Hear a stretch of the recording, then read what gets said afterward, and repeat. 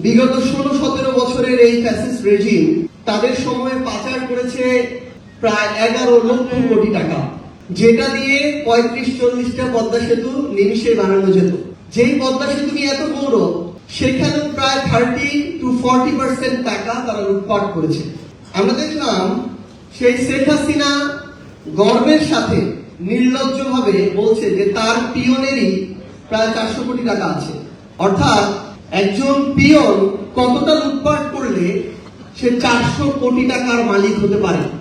যেটা এখন হয়েছে, বর্তমান সরকার থেকে শুরু করে টকশো টেবিল প্রত্যেকটা জায়গায় সমালোচনা এখন বিএনপির জায়গা থেকে যখন আমরা শুনি, তখন অন্তর্বর্তীকালীন সরকারের সবচেয়ে বেশি শুনি এবং সেখানে সমন্বয়কদেরকে টেনে নিয়ে আসা হয়।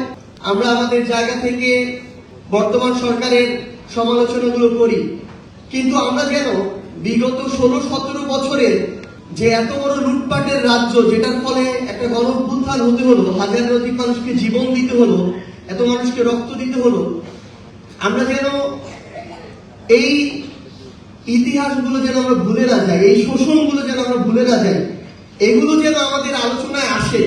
বাংলাদেশের প্রথম 5D AI ইনভার্টার যুক্ত সর্বোচ্চ বিদ্যুৎ সাশ্রয়ী যমুনা এয়ার কন্ডিশন। যে বাংলাদেশে যেন আগামীতে আর মেগা প্রকল্পের নামে মেগা ডাকাতি না হয়। বাংলাদেশে যেন আপনারা কিংবা অন্য যে কেউ ক্ষমতায় টিকে থাকার জন্য কোন ঠিকাদারকে যেন কোনো ধরনের ক্যাপাসিটি চার্জ দিতে না হয়। বাংলাদেশে যেন ঋণ খেলাপি নামক ব্যবসা আর শুরু না হয়। বাংলাদেশে যেন পাচার নামক লুটপাট আর না হয়। দিন শেষে আহ্বান করবো যে আমাদের এই সামগ্রিক একটা সংস্কার দরকার। আমরা গ্রামে দেখি 16 থেকে 20 গ্রেডের একটা চাকুরির জন্য, একটা পিয়ন পোস্টের চাকুরির জন্য মানুষ নিজের ভিটা বাড়ি বন্ধক দিয়ে 10-15 লাখ টাকা ঘুষ দিতে রাজি থাকে, কিন্তু একজন পিয়ন তার ওই বেতন দিয়ে কোনোদিন তার সংসার ভালোভাবে চালাইতে পারবে না। তার মানে ওই 10-15 হাজার টাকা তার মূল লক্ষ্য না। তার মূল লক্ষ্য ওই পদটাকে ব্যবহার করে অসৎ উপায়ে আরো টাকা উপার্জন করা, যেখানে মানুষদেরকে জিম্মি করা হয়, যেখানে অনেক মানুষের সাথে বৈষম্য হয়, অনেক মানুষের সাথে অন্যায় হয়, যেখানে মানুষ তার ন্যায্য অধিকারটা পায় না। তো সামগ্রিকভাবে আমরা একটা চক্রের মধ্যে, দুষ্টু চক্রের মধ্যে ঢুকে গিয়েছি। আমাদের এটা থেকে মুক্তি প্রয়োজন। এটাতে যেমন আমাদের ব্যবসায়ীদের এগিয়ে আসতে হবে, সাধারণ মানুষকে এগিয়ে আসতে হবে, আপনাদের এগিয়ে আসতে হবে। সবার আগে যারা এই পলিসি মেকার, যারা আজকে আমাদের এই সরকার চালাচ্ছেন, যারা ক্ষমতায় থাকেন, তাদেরকে এগিয়ে আসতে হবে। আপনাদের যদি সদিচ্ছা থাকে, আমরা বিশ্বাস করি আমরা প্রত্যেকেই আপনাদেরকে সহযোগিতা করার জন্য প্রস্তুত আছি।